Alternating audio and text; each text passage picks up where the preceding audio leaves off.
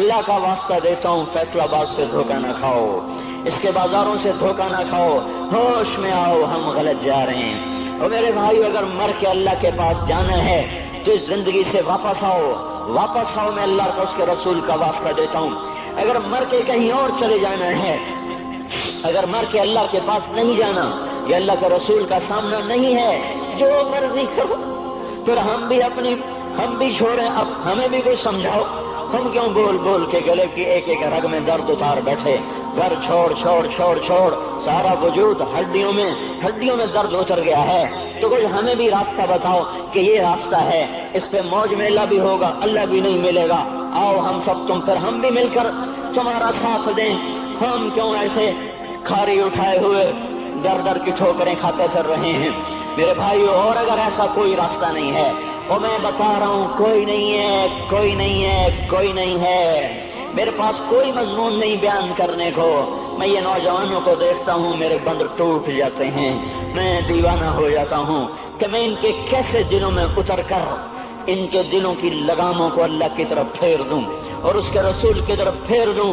یہ جب گانے بجانے میں ڈوبتے ہیں، جب یہ رقص گاہوں کو چلتے ہیں، جب یہ تاجر غلط تولتے ہیں، اور جب یہ بینک سے قرضے لے کر لمبے لمبے نظام بناتے ہیں، پرائز بانڈ خرید کر دعائیں مانگتے ہیں، اللہ میرا بانڈ نکل آئے، او میرا بھائی تجھے کیا ہو گیا؟ تو جوئے پر دعائیں کر رہا ہے کہ یا اللہ میرا بانڈ نکال دے، میں کیسے ہوش میں لاؤں؟ میں تو خود مدہوش ہو چکا ہوں، میں تو صدمے جیسے آدمی کو پاگل کر دیتے ہیں، دیوانہ کر دیتے ہیں۔ وہ دیوانگی کی کیفیت ہے کہ کوئی سنتا ہی نہیں، کوئی مانتا ہی نہیں، 4 دن کے تھوڑی دیر کے لیے ہائے ہائے کرتے ہیں، پھر وہی ڈگر، وہی راہیں، وہی غفلت، وہی صبحیں، وہی شامیں۔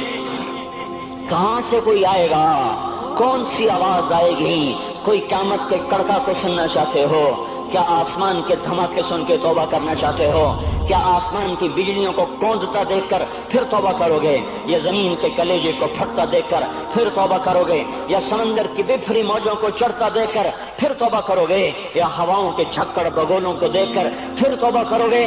نہیں نہیں، پھر توبہ کا وقت نکل جاتا ہے، ابھی وقت ہے، ابھی ہم لوٹ آئیں، آ جائیں، قبروں کی وہ سیدگی یاد کرو، قبروں کے اندھیرے یاد کرو۔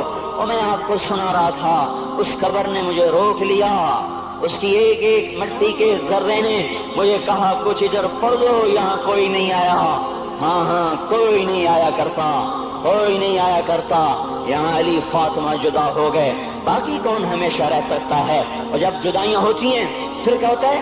كأن لم تكن بيني وبينك خلة ولا حسن ود مرة في التبادل۔ پھر ایسا ہوتا ہے جب جدائیاں ہو جاتی ہیں، پھر یوں ہوتا ہے کہ جیسے کبھی کوئی آیا ہی نہ تھا، کوئی مل بیٹھا ہی نہ تھا، کوئی ماں نہ تھی، کوئی باپ نہ تھا، کوئی بھائی نہ تھا، کوئی سنگی نہ تھا، کوئی ساتھی نہ تھا۔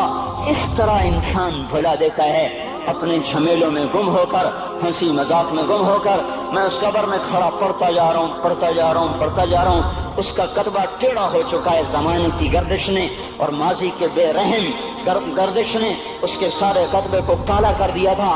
مجھے تجسس ہوا، میں دیکھوں یہ ہے کون جس کی قبر نے مجھ جیسے اجنبی کو رونے پہ مجبور کر دیا اور مجھے کھڑا کر دیا۔ میں قریب ہوا، میں نے جھاڑا تو پر لکھا ہوا تھا اللہ اکبر، رستم ہند امام بخش۔ رستم ہند، جس کے لیے مہاراج قالین بچھاتے تھے، جس کو ہاتھیوں پہ سوار کروا کے لایا جاتا تھا، جس کے آگے پیچھے ڈھول بجتے تھے، اور جیسے آج کل یہ کرکٹ کے کھلاڑیوں کے آگے پیچھے خلقت ہوتی ہے، یہ وہ دور تھا جب پہلوانوں کے آگے پیچھے خلقت ہوتی تھی۔ آج اس کی خبر ویران ہو کر کہہ رہی ہے کوئی ادھر بھی تو پڑھ کے جب چلتا جائے، کوئی یہاں بھی تو کچھ تحفہ دیتا جائے۔ میرے محترم بھائیوں، جب موت آئے گی تو کوئی اولاد یاد نہ کرے گی، کوئی ماں باپ یاد نہ کریں گے، مائیں لال بھول جاتی ہیں، ماؤں کو بچے بھول جاتے ہیں، ماؤں کو بچے بھول جاتے ہیں، باپ اولادیں بھول جاتے ہیں، بیویوں کو خامن مل جاتے ہیں، خامدوں کو بیویاں مل جاتی ہیں، یاروں کو یار مل جاتے ہیں۔ وہ تو ہم ہیں جو جا کے تہہ خاک سو جاتے ہیں، اکیلے تنہا زندگی کا سفر شروع ہو جاتا ہے۔